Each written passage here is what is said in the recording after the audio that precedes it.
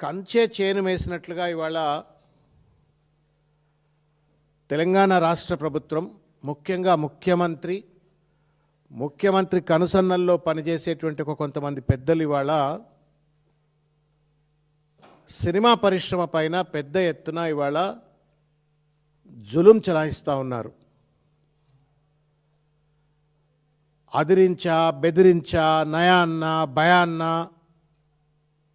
లొంగ తీసుకొని వాళ్ళ సినిమా పరిశ్రమ ద్వారా విచ్చలవిడిగా అవినీతికి పాల్పడుతూ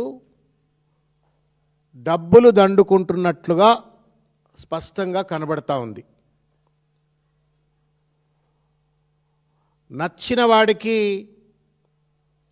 నజరానా, నచ్చని వాడికి జుర్మానా.